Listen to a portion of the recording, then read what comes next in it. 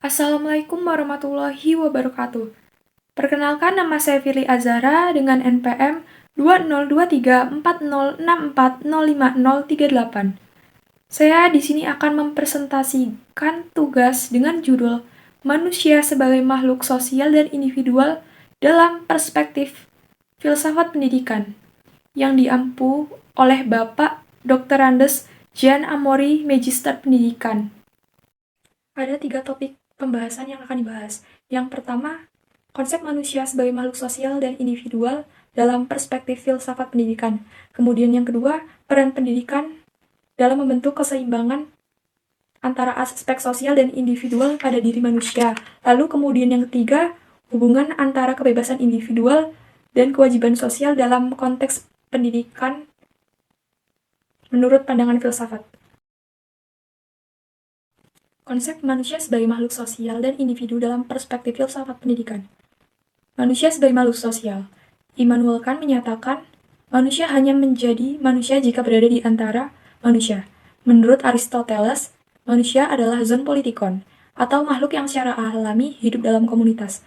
Manusia sebagai makhluk sosial berarti ia tidak dapat hidup tanpa berinteraksi dengan orang lain.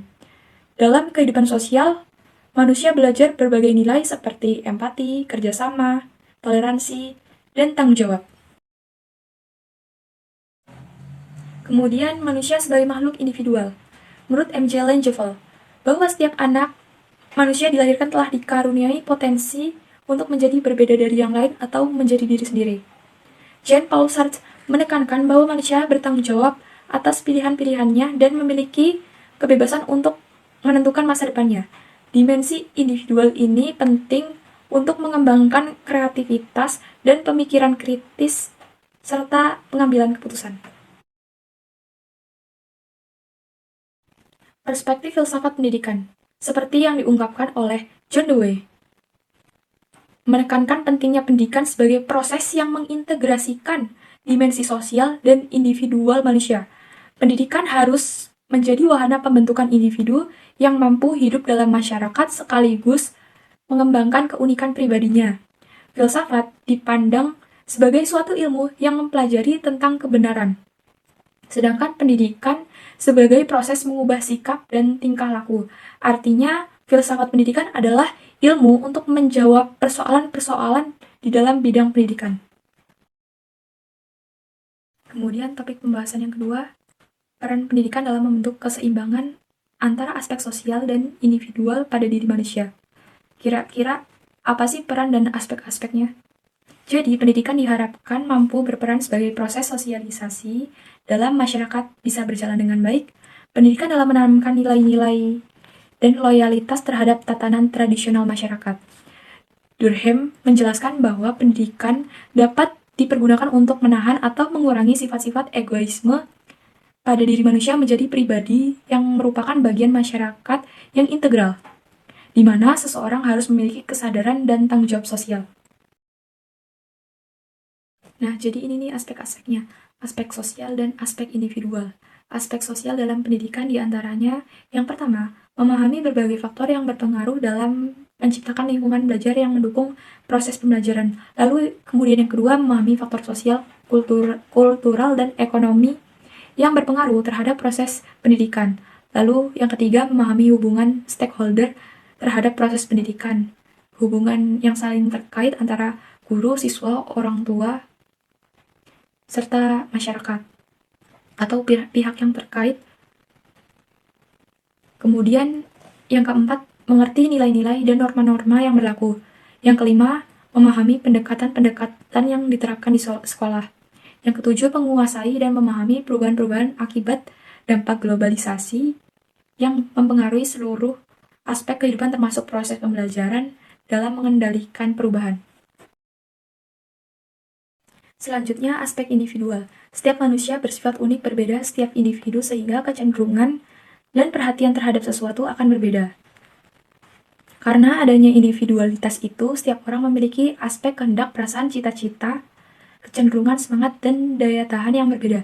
Tirta Raharja dan Sulo tahun 2005, halaman 17, aspek-aspek tersebut antara lain kematangan intelektual, kemampuan berbahasa, latar belakang pengalaman, cara atau gaya dalam mempelajari sesuatu, minat dan bakat, serta kepribadian.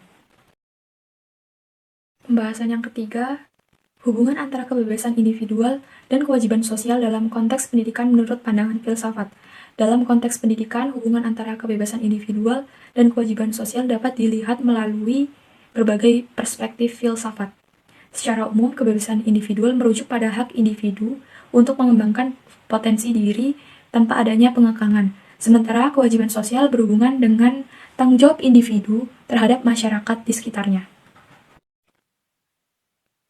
John Locke menekankan bahwa kebebasan individu untuk berpikir mandiri dan membuat keputusan berdasarkan akal sehat, namun kebebasan ini harus seimbang dengan hak orang lain dan kewajiban sosial agar tidak mengganggu kestabilan masyarakat.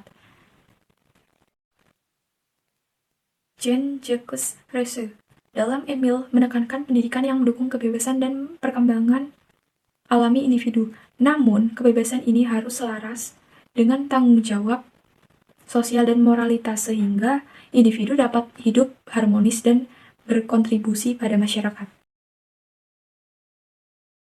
Jadi, kesimpulan dari manusia sebagai makhluk sosial dan individual dalam perspektif filsafat pendidikan adalah manusia sebagai makhluk sosial sekaligus individual yang memiliki kebutuhan untuk berinteraksi dengan sesamanya serta mengembangkan potensi diri. Dalam perspektif filsafat pendidikan, manusia sebagai makhluk sosial diartikan sebagai individu yang hidup dan berkembang melalui hubungan dengan orang lain, membangun kebudayaan dan menciptakan nilai-nilai bersama. Sementara itu, sebagai makhluk individual, manusia memiliki keunikan dan potensi serta kebebasan untuk menentukan arah hidupnya. Filsafat pendidikan menekankan pentingnya keseimbangan antara aspek sosial dan individual manusia melalui proses pendidikan yang holistik bertujuan untuk membentuk pribadi yang cerdas, bermoral, dan berkontribusi bagi masyarakat.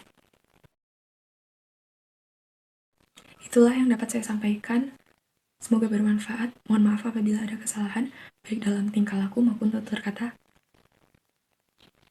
Atas perhatiannya, saya ucapkan terima kasih. Sekian, saya akhiri. Nun wal kalami wa maisturun. Wassalamualaikum warahmatullahi wabarakatuh.